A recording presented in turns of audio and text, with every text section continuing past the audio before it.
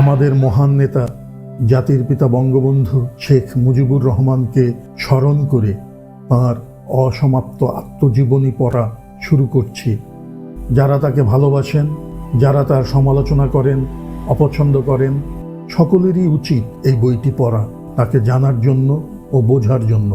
তার সমাজ ভাবনা, রাজনীতি ভাবনা ও বিশ্বভাবনার যৎসামান্য পরিচয় পাব এই বইয়ে। আশা করি সবাই সঙ্গে থাকবেন।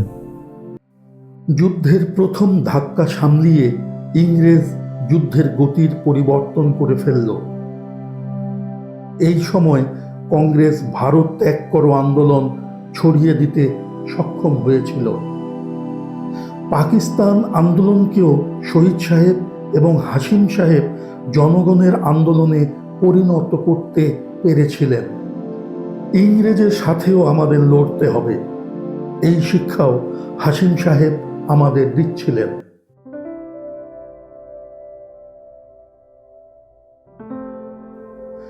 আমাদেরও ইংরেজের বিরুদ্ধে একটা জাত ক্রোধ ছিল। হিটলারের ফ্যাসিস্ট নীতি আমরা সমর্থন করতাম না, তথাপি যেন ইংরেজের পরাজিত হওয়ার খবর পেলেই একটু আনন্দ লাগত। এই সময় নেতাজি সুভাষচন্দ্র বসু আজাদ হিন্দ ফৌজ গঠন করে ভারতবর্ষের হিন্দু ও মুসলমান সৈন্যদের দলে নিয়ে ইংরেজের বিরুদ্ধে যুদ্ধ শুরু করেছেন। মনে হতো ইংরেজের থেকে জাপানি বোধহয় আমাদের আপন। আবার ভাবতাম ইংরেজ যে জাপান আসলে স্বাধীনতা কোনোদিনই দিবে না। জাপানের চীন আক্রমণ আমাদের ব্যথাই দিয়েছিল। মাঝে মাঝে সিঙ্গাপুর থেকে সুভাষবাবুর বক্তৃতা শুনে চঞ্চল হয়ে উঠতাম। মনে হতো সুভাষবাবু একবার বাংলাদেশে আসতে পারলে ইংরেজকে তাড়ানো সহজ হবে। আবার মনে হতো সুভাষবাবু আসলে তো পাকিস্তান হবে না, পাকিস্তান না হলে 10 কোটি মুসলমানের কি হবে। আবার মনে হতো যে নেতা দেশ ত্যাগ করে দেশের স্বাধীনতার জন্য সর্বস্ব বিলিয়ে দিতে পারেন, তিনি কোনোদিন সাম্প্রদায়িক হতে পারেন না। মনে মনে সুভাষবাবুকেই শ্রদ্ধা করতাম। অখণ্ড ভারতে যে মুসলমানদের অস্তিত্ব থাকবে না, এটা আমি মন প্রাণ দিয়ে বিশ্বাস করতাম। পাকিস্তানের বিরুদ্ধে হিন্দু নেতারা ক্ষেপে গেছেন কেন? ভারতবর্ষেও মুসলমান থাকবে এবং পাকিস্তানেও হিন্দুরা থাকবে, সকলেই সমান অধিকার পাবে। পাকিস্তানের হিন্দুরাও স্বাধীন নাগরিক হিসাবে বাস করবে, ভারতবর্ষের মুসলমানরাও সমান অধিকার পাবে। পাকিস্তানের মুসলমানরা যেমন হিন্দুদের ভাই হিসাবে গ্রহণ করবে, ভারতবর্ষের হিন্দুরাও মুসলমানদের ভাই হিসাবে গ্রহণ করবে।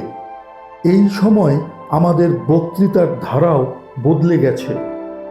অনেক সময় হিন্দু বন্ধুদের সাথে ঘন্টার পর ঘন্টা এ নিয়ে আলোচনা হতো। কিছুতেই তারা বুঝতে চাইতো না। 1944-45 সালে ট্রেনে, স্টিমারে হিন্দু ও মুসলমানদের মধ্যে তুমুল তর্ক বিতর্ক হতো।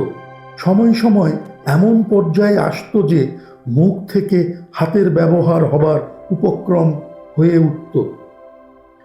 এখন আর মুসলমান ছাত্রদের মধ্যে মতবিরোধ নাই। পাকিস্তান আনতে হবে, এই একটাই স্লোগান সকল জায়গায়। একদিন হক সাহেব আমাদের ইসলামিয়া কলেজের কয়েকজন ছাত্র প্রতিনিধিকে খাওয়ার দাওয়াত করলেন। দাওয়াত নিব কি নিব না, এই নিয়ে 2 দল হয়ে গেল। শেষ পর্যন্ত আমি বললাম, কেন যাব না, নিশ্চয়ই যাব। হক সাহেবকে অনুরোধ করব মুসলিম লীগে ফিরে আসতে।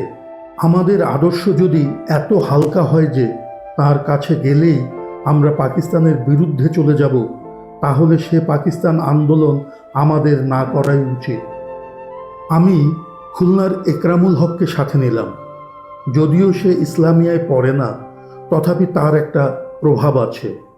আমাকে সে মিয়া ভাই বলতো। আমরা 6-7 জন গিয়েছিলাম। শেরে বাংলা আমাদের নিয়ে খেতে বসলেন এবং বললেন, আমি কি লীগ ত্যাগ করেছি? না আমাকে বের করে দেওয়া হয়েছে। জিন্নাহ সাহেব আমাকে ও আমার জনপ্রিয়তাকে সহ্য করতে পারেন না। আমি বাঙালি মুসলমানদের জন্য যা করেছি, জিন্নাহ সাহেব সারা জীবন তা করতে পারবেন না। বাঙালিদের স্থান কোথাও নাই। আমাকে বাদ দিয়ে নাজিমুদ্দিনকে নেতা করার ষড়যন্ত্র। আমরাও আমাদের মতামত বললাম। একরামুল হক বলল, স্যার, আপনি মুসলিম লীগে থাকলে আর পাকিস্তান সমর্থন করলে আমরা বাংলার ছাত্ররা আপনার সাথে না থেকে অন্য কারো সাথে থাকতে পারি না। পাকিস্তান না হলে মুসলমানদের কি হবে?